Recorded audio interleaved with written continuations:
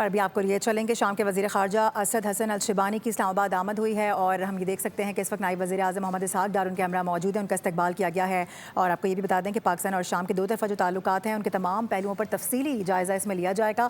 دو طرفہ تعاون کو مزید بڑھانے پر بھی اتفاق کیا جائے گا. اس کو اہم دورہ کنسیڈر کیا جا رہا ہے. شام کے وزیر خارجہ اسد حسن الشبانی اسلام آباد پہنچے ہیں. ان کی اسلام آباد آمد ہوئی ہے اور نائب وزیر اعظم اور وزیر خارجہ اسحاق ڈار کی جانب سے شام کے وزیر خارجہ کا زبردست استقبال کیا گیا ہے. پورا وفد وہاں پر دیکھا جا سکتا ہے. ڈیلیگیشن ان کے ہمراہ موجود ہے اور وہ مصافحہ کر رہے ہیں, بغل گیر بھی ہوئے ہیں. اس کے بعد ہم نے دیکھا ہے کہ دفتر خارجہ کے اندر کے جو مناظر ہیں وہ بھی کافی خوش آئند نظر آ رہے ہیں. اور اس حوالے سے آپ کو یہ بھی بتا دیں کہ یہ بتایا جا رہا ہے کہ بڑی اہم ملاقات ہے اور پاکستان اور شام کے جو دو طرفہ تعلقات ہیں تمام پہلوؤں پر اس پر تفصیلی بات چیت ہوگی. دو طرفہ تعاون بھی مزید بڑھانے پر اتفاق کیا جائے گا. اس کے امکانات بھی بتائے جا رہے ہیں. اس وقت کے مناظر آپ کو دکھا رہے ہیں کہ جب شام کے وزیر خارجہ یہاں پر پہنچے ہیں, شام کے ساتھ پاکستان کے آلریڈی بہت اچھے تعلقات ہیں. مختلف ایم او یوز کے حوالے سے بھی خبریں موصول ہوتی رہی ہیں کہ اس حوالے سے ایم او یوز کو بھی سائن کیا گیا ہے. اور اس وقت یہ دورہ ہے وزیر خارجہ کا, یہ بڑا امپورٹنٹ دورہ قرار دیا جا رہا ہے.